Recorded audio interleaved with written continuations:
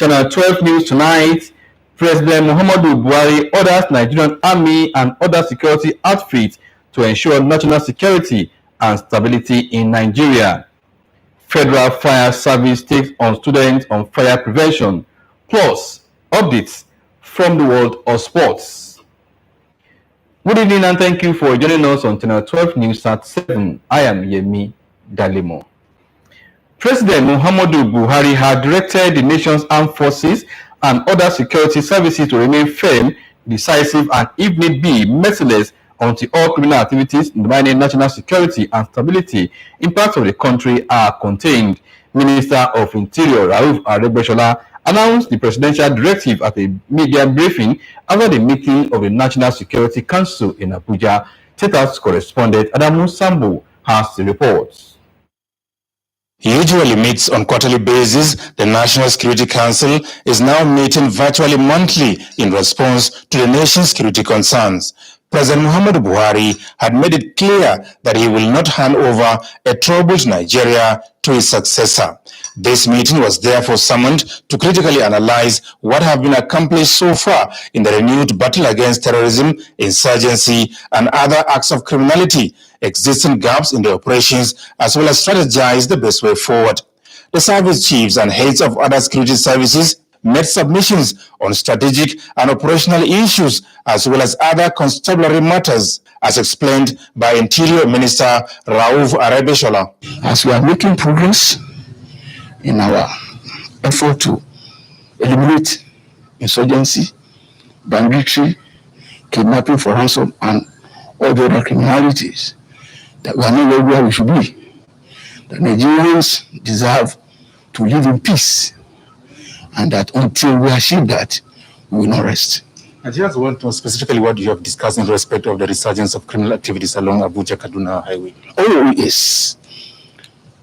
The police and the other agencies have been mobilized to intensify surveillance, patrol, and pursuit of the criminals. Specific orders have been given to all our security agencies, and we will see an improved response to all those challenging the sovereignty of Nigeria in whatever form and creating insecurity in whatever form anywhere. The council today took firm decision on what to be done, and I can assure Nigerians that with the charge from the president and Commander-in-Chief of the Armed Forces today, there will be an improved response to all forms of criminality in any part of Nigeria. The National Security Council also discussed the conduct of the last governorship election in Anambra State. The president was particularly happy with the fact that a free and fair election was made possible by the INEC and our security agencies. With that, there is no doubt as to the commitment of our administration to promoting democracy and ensuring that 2023 is not really threatened. During the meeting, members of the council applauded the election of a Nigerian, AIG Garba Umar, as Vice President of the Interpol for Africa. From the State House, Adamu Sambo, NTA News. The Nigeria Customs Service says it has intercepted over 12 trailer loads of imported parboiled rice and other contraband goods between October and November 2021 with duty paid value of 172.9 million naira. The controller of Ogun Area Command of Nigerian Customs Service, Dera Nnamdi, stated this in Abeokuta, Ogun State during the command scorecard briefing. Anthony Gandunu reports.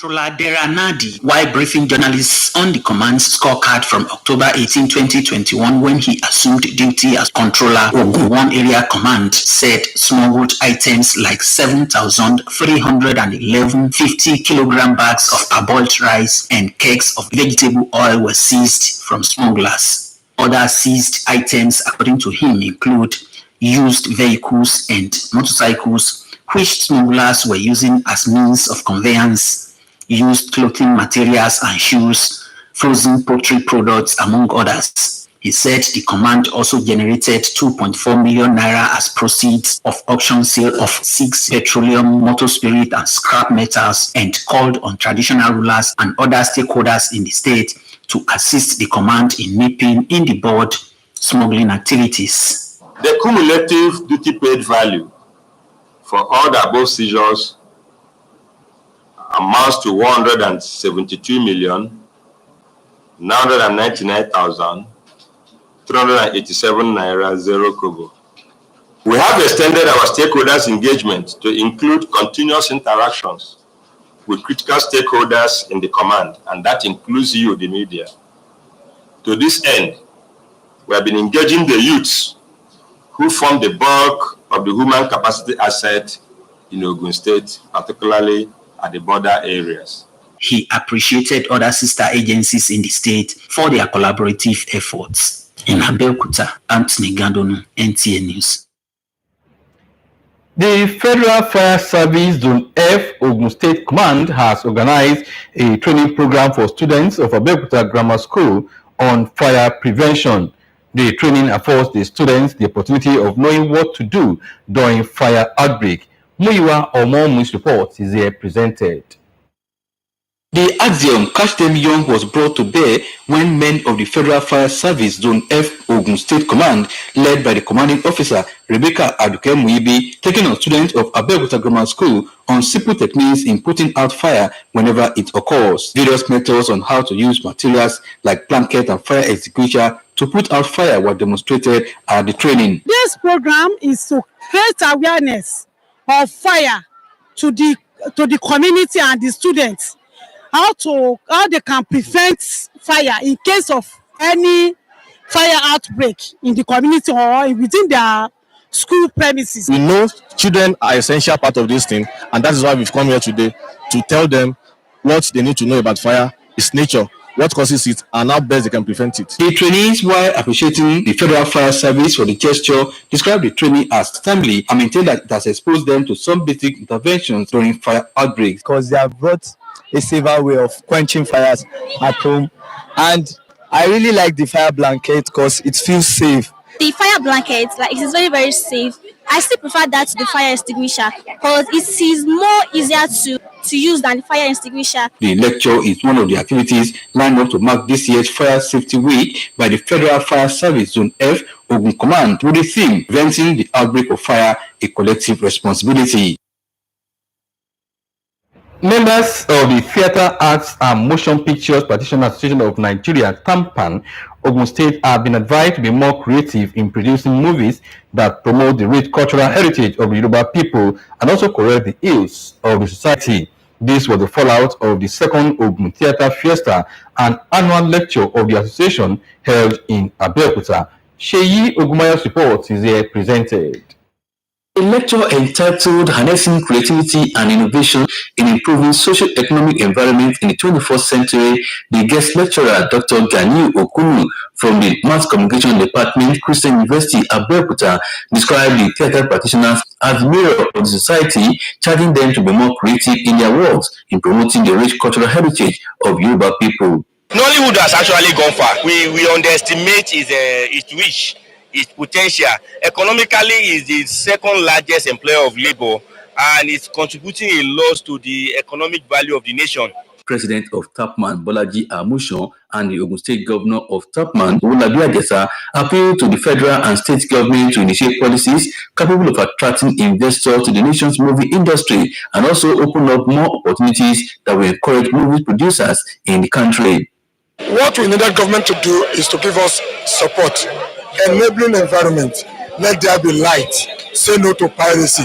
We need investors. People should come and invest in the entertainment industry so that when we have opportunity to produce a movie out there, people watch it, they will gain one or two things. The event also witnessed the decoration of a lawmaker in the Ogun State House of Assembly for his contributions towards the development of the association in the state.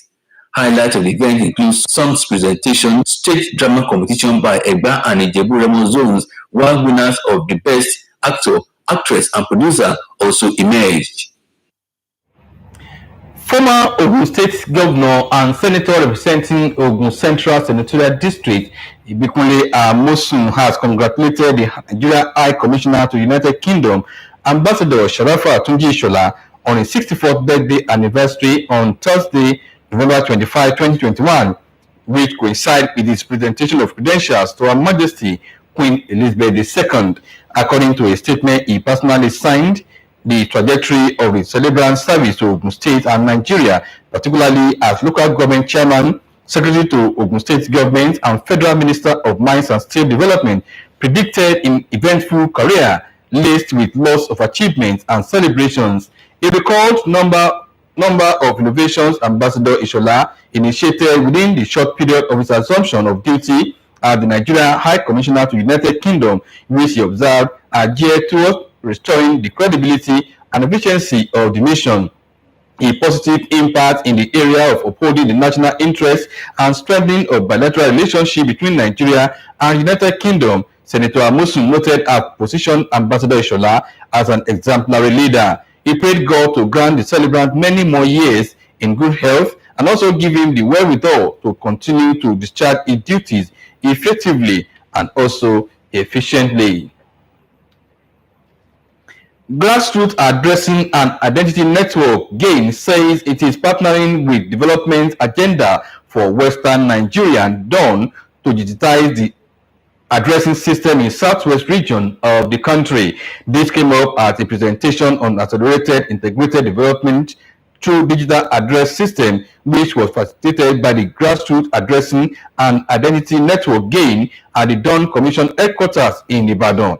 The immediate Postmaster General of the Federation and Chief Executive Officer of Nigerian Postal Service, Asiwaju Bisi Adegbuyi, said it is important for Nigeria to leverage on technology to revolutionize addressing system in the country.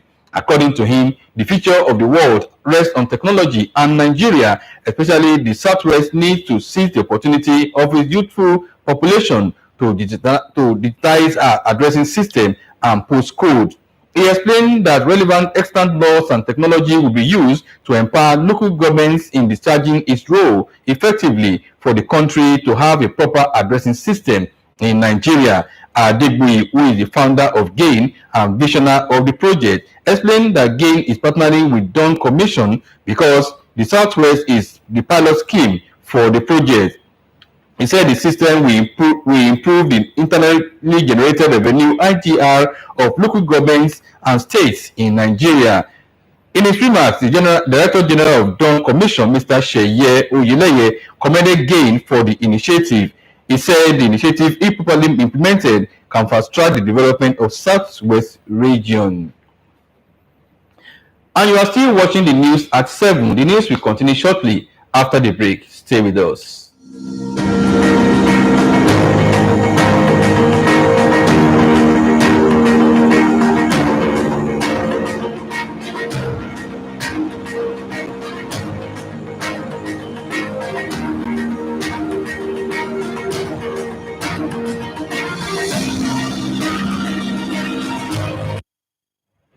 Welcome back. And on Business News tonight, 5G network, NCC says Nigerians should expect smart cities, self-driving car facilities as Security and Exchange Commission vows to crack down on Ponzi scheme and illegal fund managers.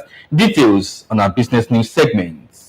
Executive Vice Chairman, Nigerian Communications Commission, Professor Umar Dambata, says Nigerians should expect gigabytes per second for smart cities, self-driving cars, mobile telemedicine, and others with the deployment of the fifth generation technology in Nigeria. He did this while highlighting some of the steps taken by the Commission towards deploying the technology in the country. The Securities and Exchange Commission has vowed to continue to crack down on Ponzi scheme and illegal funds managers amidst the recent resurgence of their activities. Director General SEC, Mr. Lamido Yuguda, said in Abuja that Nigerian financial sector is experiencing a resurgence of Ponzi schemes and illegal funds managers, noting that the problem remains a concern for financial sector regulators. That's it on Business News. Over to you, studio.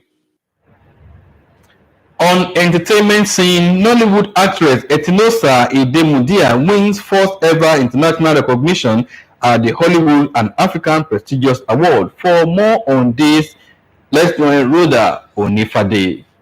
Who got nominated in multiple categories at the award emerged winner of the Best Actress in a TV Series for her role in the Charles Inoji's directed Blood of Inoji. Recall Etinosa Idemudia announced the nomination back in October via Instagram. Idemudia, who was overwhelmed by the award, expressed gratitude to God and attributed the success to hard work. Also, popular Nigerian comedian Officer Woods, whose real name is Oladapo Badamosi, is rounding up the year 2021 on a high note. The much-loved skit maker recently went all out and reportedly splurged millions on a fancy new ride. Officer Woods joined the Lexus gang after buying the impressive SUV. And on a sad note, Nigerian comedian claims that drunk has been involved in a ghastly car accident. The comedian took to his Instagram page on Thursday, November 25, 2021, where he shared photos from the accident scene and thanked God for saving his life. And that's all on Entertainment News. Senator Stephen Folari of Central Senatorial District has communicated with the OC Olubadan and State High Chief Rashidi Ladoja over the death of his special assistant on traditional matters, Pa Lateef Ladoja, popularly known as Baba Kekere. The chairman Senate Committee on Local Content, in a statement he personally signed, described the death of Baba Kekere as a sad and a great loss to not only the former governor but also to the Ibadan Kingdom. Senator Fulani prayed that God will grant High Chief Ladoja and Baba Kekere's family the fortitude to bear the irreparable loss. The aide to the former governor died in the early hours of Tuesday, November 23, 2021, at the age of 73. May his soul rest in peace. And that's how much time we permit us to serve you tonight on our news. We thank you for watching. Good night.